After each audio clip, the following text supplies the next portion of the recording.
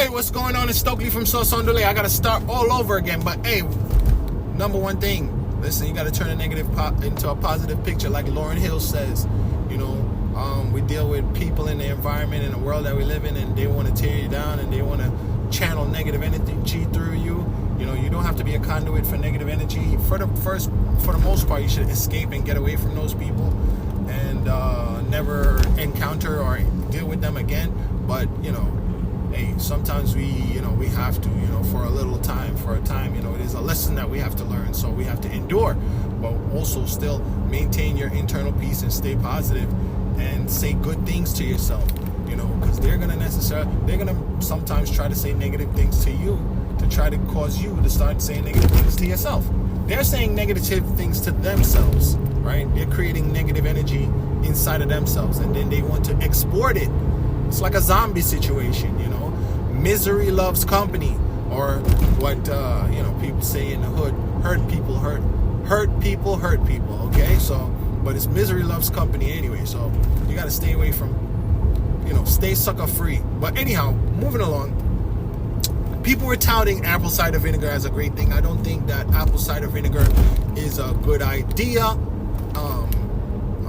as an everyday thing, unless you have a urinary tract infection, or you have a yeast infection, or you have kidney issues that are resulting from a high pH body. There's three types of kidney stones. There's some that occur in alkaline states, some that occur in acidic states, and some that occur whether your system is alkaline or acidic.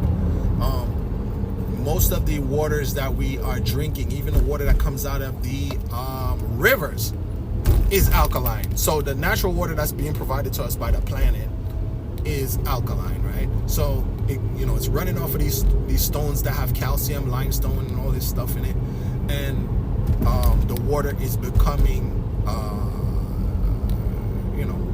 loaded up with calcium, so that raises the pH of the water.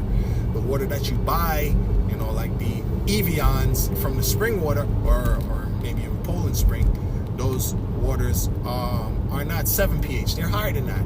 I think that Smart Water and all these other guys, they're in the 8 to 9 pH level. So the water that we want to drink and the water that hydrates us, for the most part, is of a higher pH. When you go to the hospital and you get saline drip to hydrate you, it's referred to as saline because it has a salt dissolved into it, and the salt raises the pH of the water. So straight up 7 distilled water is not necessarily recommended for most people. It's recommended for best hydration to drink water that has a higher pH. Okay, so bases seem to be or a more alkaline water, not crazy alkaline, but like in the 8, around the range of 8 pH seems to be good. I think I spoke about this in one of my water related posts. Now when it comes to acids, now yes, your stomach has stomach acid, but that's in a very small controlled area of your digestive system. The pH of certain areas of your body are referred to as acidic, like your skin, but that's a funky thing because acidity or alkalinity is determined by a thing's ability to donate hydrogen molecules, from my understanding. And your skin isn't something that you think about dissolving in anything, but I've heard some some I don't know what you want to call it, some woo-woo hippies like myself say that eating meat, meat is an acidic thing, that you digest. So flesh itself, when you're eating it, when it breaks down, supposedly is more acidic, supposedly, right? So I don't know what vegetables fall into when you dissolve those, but if the vegetables, some of the good vegetables that we eat, like the broccolis and all these things, they contain electrolytes, they contain the calciums and stuff like that. So that would kind of indicate that higher pH foods and higher pH waters, non-acidic foods, non-acidic waters are the ones that are preferable to our body. Now, when you think about things like the defecating and the urinating of the bad bacteria in your mouth, that causes an acidic state in your mouth that causes cavities. Cavities are due to these bacteria urinating and defecating in your mouth and creating an acidic state and causing cavities. So, eating acidic foods wears down your teeth. Also, your body's mucus response is a response where it's trying to protect itself. There's a significant amount of mucus in your stomach there to protect it from the acid. So maybe in some cases, our body is producing mucus in order to protect from not only the bacteria, but to protect from an acidic state. Now, also, your body releases white blood cells in order to attack these things. But the mucus is also there as a level of insulation. So, our urine is acidic. We want to eliminate acidic things. Your kidneys are filtering out these acidic things. It's filtering out acidic states. And your kidneys use a lot of electrolytes in order to manage your body's pH level. So we want to assist that, or we want to leave that alone. You know what I mean? So drinking stuff like apple cider vinegar, like I said, is probably good for UTIs. It's probably good to aid digestion in some cases, but overall, it's not something that you want to drink all the time. You want to what I said, yeast infections and UTIs, right? And kidney stones, right? There's kidney stones that fall into the category of the non-oxalate ones. The oxalate kidney stones, the ones that are attributed to oxalates, occur in a I don't know. I don't remember what event they're occurring. I'm not going to speak about that. But there's like I said, there's 3 types of kidney stones. The ones that occur in basic environment, the ones that occur in acidic environment, and ones that occur either way. So apple cider vinegar can help in one of those 3. But it's not an everyday thing. We eliminate acid through our urine. Our muscles create acid when they're overworked and signal us to stop doing all of that, And then recently I was looking up why do people get blinded by drinking methanol? And the thing, what happens is when your body digests the methanol, it splits it into formic acid and formaldehyde. And the formic acid burns out your eyes and causes you to go blind permanently. So acid in the body, not a good thing. Not a good thing for the most part, Some, like I said, in the case of UTIs and in the case of yeast infections now, there's too much basic environment there. So that's what's resulting in the need for some more the lowering of the pH and to kill whatever bugs or whatever flora or fauna is causing the yeast infection or the UTI. But that's not an everyday thing that people go through, really. So apple cider vinegar does have some uses, but in the case of aiding your immune system, I don't think that's the case. I think if you want to assist your immune system, you got to start in the gut, and you got to have your cayenne pepper, your ginger, your garlic, your rosemary, your cloves, and your you can even have some peppermint, but peppermint kind of kills testosterone, so guys shouldn't really have too much peppermint and stuff like that.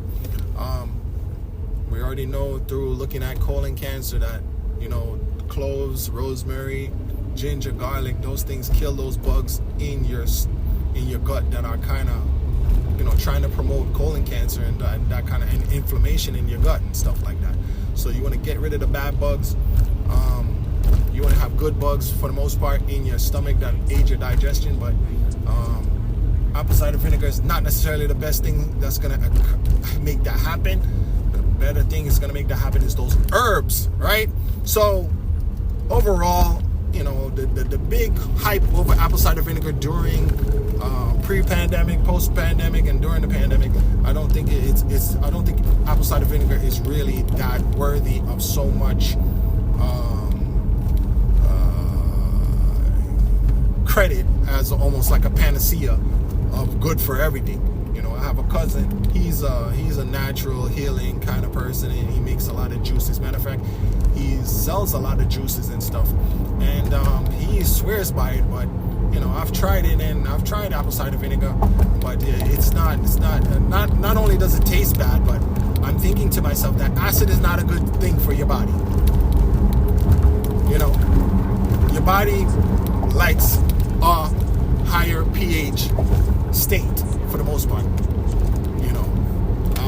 but not a crazy high. Your blood pH is about 7.4 or something like that. So that's where it likes to stay. They have a condition called ketoacidosis, which is typically associated with people with diabetes, when their blood sugar is high and the acid in their blood is when their blood pH is lower than 7.4, and it's potentially fatal. So if your body dealing with acid, your body doesn't like acid, and it's not a good thing. So I don't think apple cider vinegar is good. Now let's say, going back to what I said before, and I'm repeating myself, if you have a UTI, if you have some kind of yeast infection, whatever, yeah, go ahead. Maybe you want to start integrating that. But on an everyday basis, every day, or to help boost your immune system when you have flu-like symptoms, no, I don't think that's a good idea. Take the herbs and just drink. If you want to really drink something with a that's more acidic, you can drink distilled water, and that'll help flush out your kidneys anyway, and help your kidneys a little bit if you really want to do something on an everyday basis that's not as harmful as something as acidic as apple cider vinegar. So before I get distracted and before the GPS talks again, and before I get lost out here, I'm going to conclude right here. The reason why I started looking into this, I started feeling sick, and I'm like, I don't know why it's causing this, because I'm exercising, I'm not really eating anything bad, I'm being careful, but still I'm feeling very, I feel like I got, like mold is growing all over in my mouth. I feel like, my throat is irritated, like when I used to live in a basement that was full with mold, and like I said, vinegar is, well, I didn't say this, but vinegar is good for cleaning mold. Vinegar is good for killing mold. Vinegar is good for killing yeast.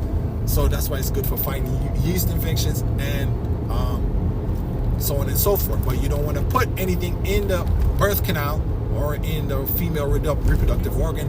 And I was reminded that recently, and many people's yeast infections are caused by soaps, and soaps are basic. The birth canal is an acidic environment, so it needs to be maintained in an acidic state, and it self-regulates and it self-cleans, so you don't need to use anything to clean it. And like I said, if it's in an acidic state, using soaps which are bases in it is a no. Anyhow, thanks for listening.